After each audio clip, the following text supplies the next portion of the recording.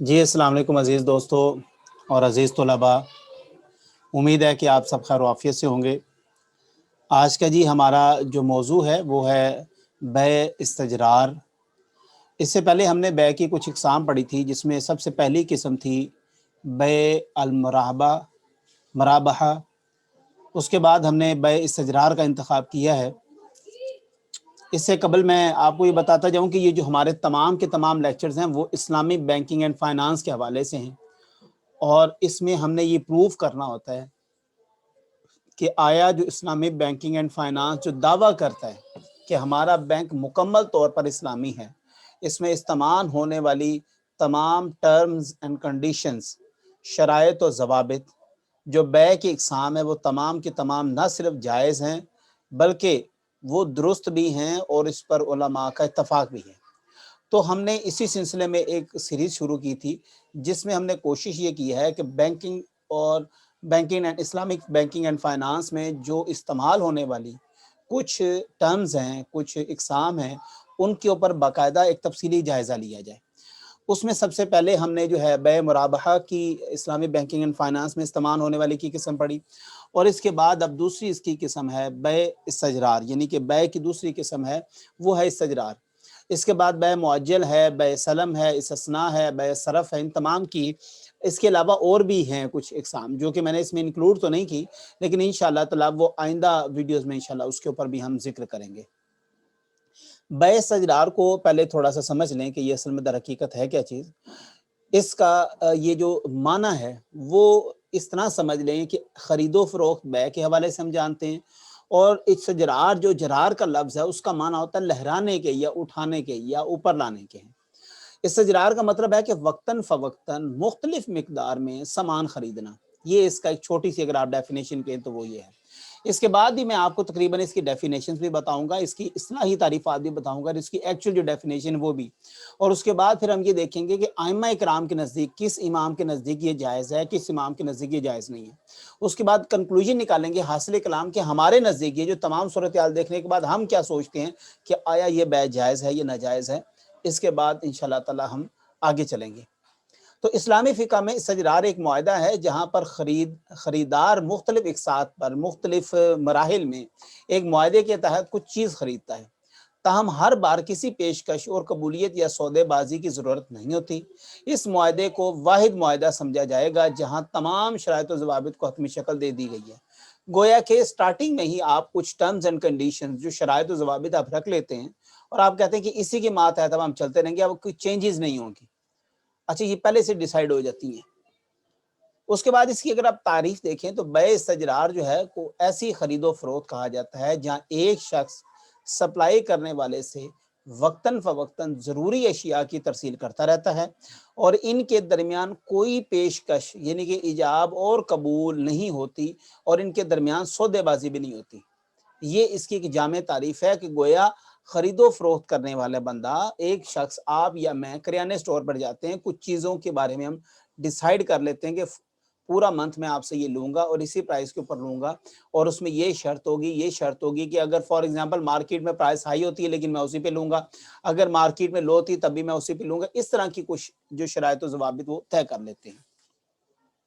بیع استجرار کے اب اس کی کچھ اصطلاحی تعریفات ہیں، کچھ دو تین، اس کے بعد ان تعریفات کا کنکلوژن بھی ہم دیکھیں گے۔ بیع استجرار کا مطلب ہے دکاندار سے ضرورت کی چیز تھوڑی تھوڑی کر کے لینا اور اس کے بعد ثمن ادا کر دینا۔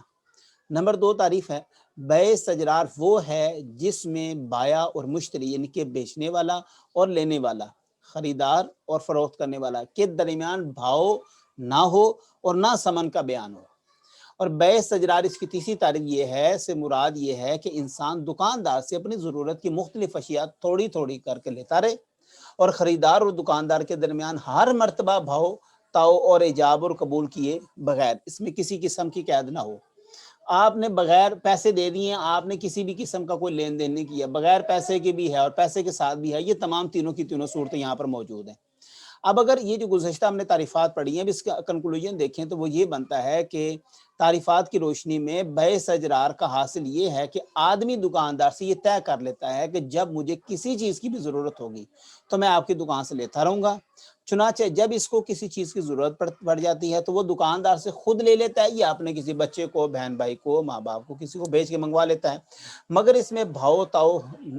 ہوتا ہے، نہ ہی ایجاب و قبول ہوتا ہے اور نہ ہی ثمن کا تعین ہوتا ہے۔ یہ بیع کا طریقہ آج کل بہت عام ہے اور یہ خاص طور پر جو تنخواہ دار طبقہ ہے نا، یہ اس کے لیے، اور آپ کو یہ بھی پتہ ہے کہ ایک تنخواہ دار طبقے کے لیے یہ بڑا مشکل ہو جاتا ہے، یا کوئی ایسا بندہ جس کا کام جو ہے وہ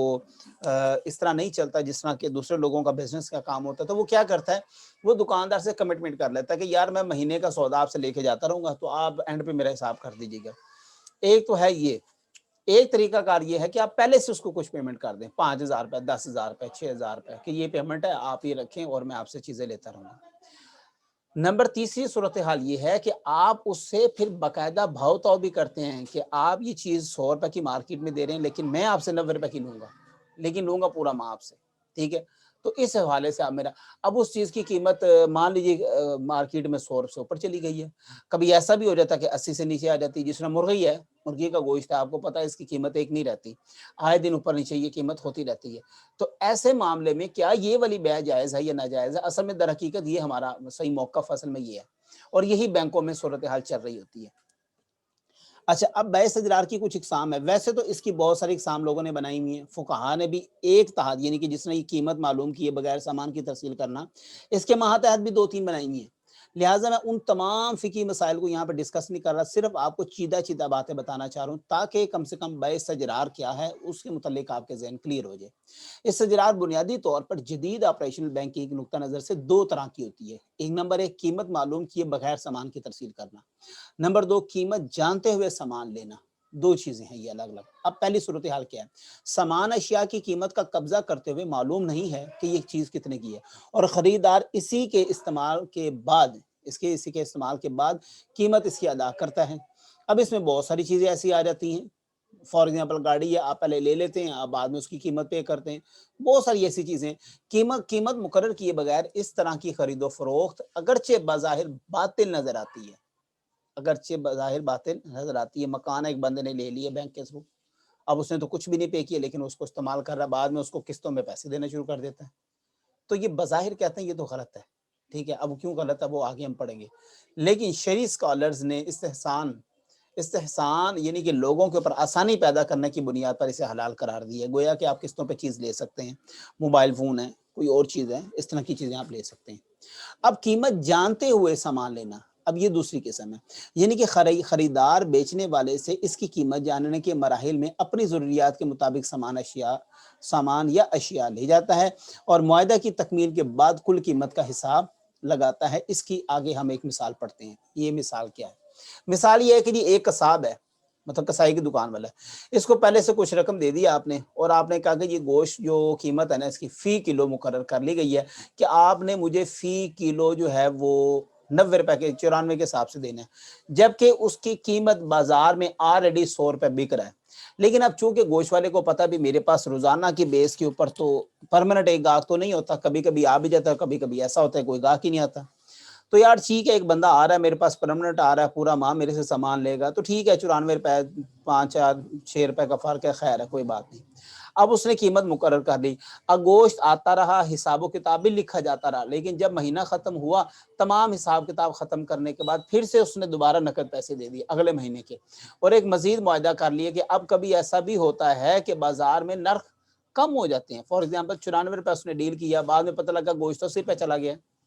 اچھا اس میں کس کو فائدہ ہو جاتا ہے؟ اس میں اچھا مگر یہ درمیان میں جو طے پایا ہے حساب اسی حساب سے چلے گا، یعنی کہ اس بندے نے کہا کہ 94 روپے کا میں کلو تم سے لیتا رہوں گا، اب بازار میں بھلے 200 ہو جائے مجھے اس سے کوئی مطلب نہیں ہے، اچھا ویسے ایسا ہوتا تو نہیں ہے، تھوڑا سا فرق تو چل جاتا ہے،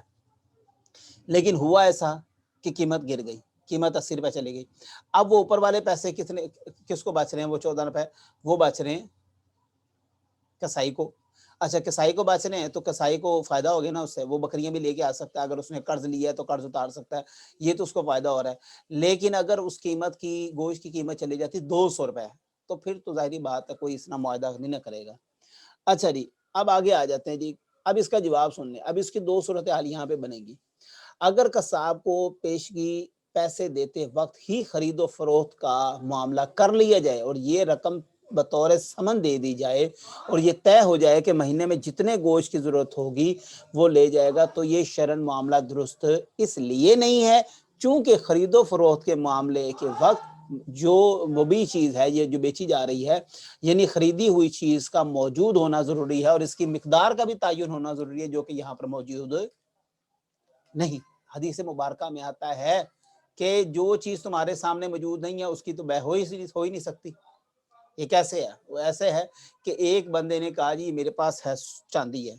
آپ یہ لے لیں، مجھے اس کے عوض سونا دے دیں۔ وہ کہتا جی آپ مجھے چاندی دے دو، سونا میرے گھر پڑا ہے، آپ کا لا کے لینا۔ اب یہ بے نہیں ہے۔ آپ نے کہا جی یہ، حالانکہ ہمارے جو شالمی میں منڈیوں میں یہ بڑے بڑے جو تاجر بیٹھے ہیں وہاں پہ ہوتا مال ایسے ہے۔ کیسے مال ہوتا ہے؟ ایک دکاندار پہ جاتا ہے، وہ کہتے ہیں یہ پیس پڑا ہوا ہے، ایک سیمپل کے طور پہ دکھا دیتا ہے یہ پیس ہے۔ اچھا جی کتنے پیس پڑے ہیں؟ میرے پاس جی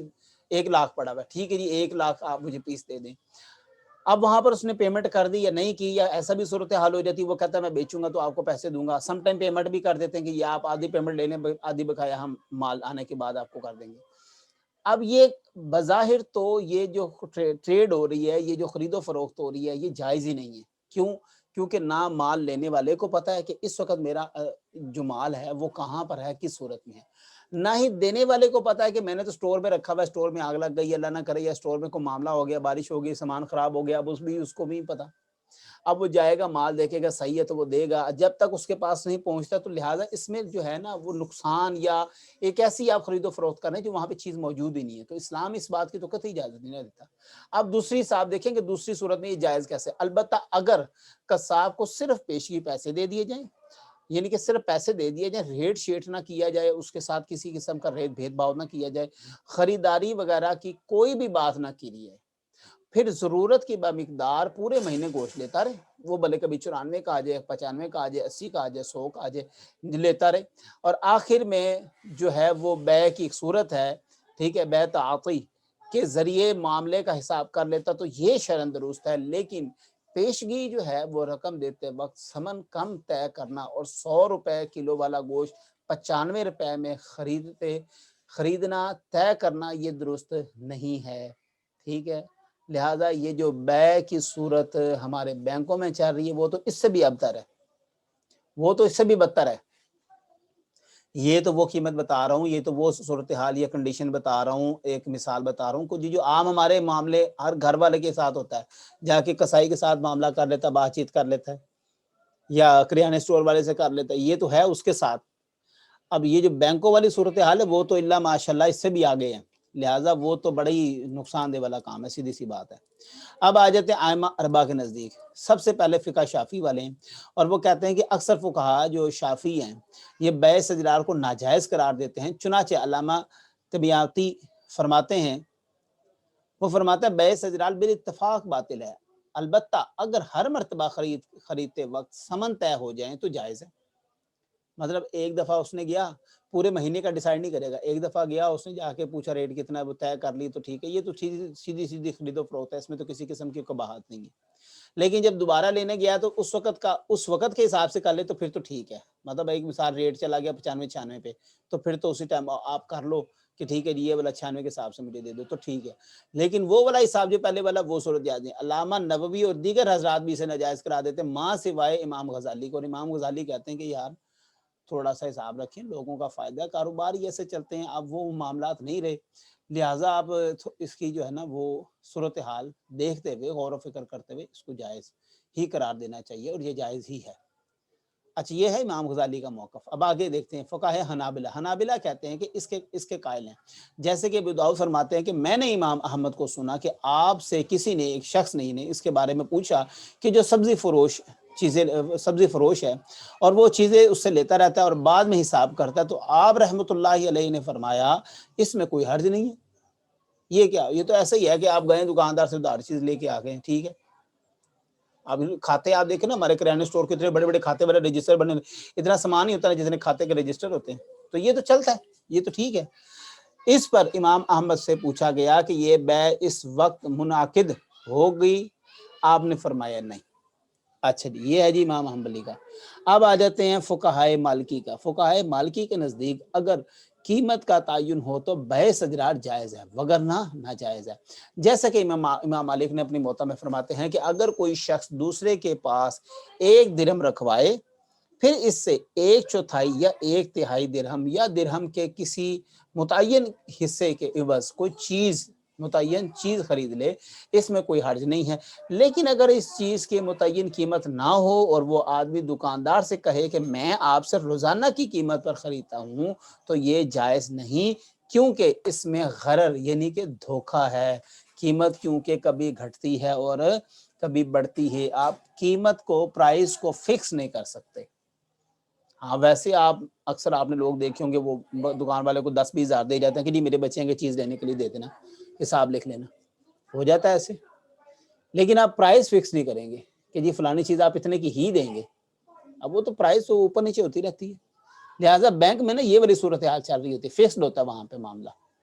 10 روپے کی چیز کیا دی تو 10 روپے کی ہے، بھلے وہ مارکیٹ میں 15 روپے کی چلی جائے یا 5 روپے کی چلی جائے۔ یہ فقہائے حنفی میں، اچھا فقہائے احناف کے متاخرین جو ہے نا فقہا، وہ اس کے جواز کی دلیل دیتے ہیں کہ یہ جائز ہے، لہٰذا اس کو چلتے رہنے دینا چاہیے۔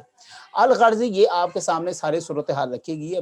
جو بیع استجرار ہے نا بینکوں میں جو چل رہی ہے، اس کی تو صورتحال ہی الگ ہے نا۔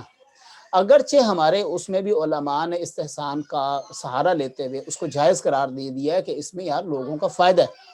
لہٰذا کوشش یہ کرنی چاہیے کہ اس سے بچا ہی جائے۔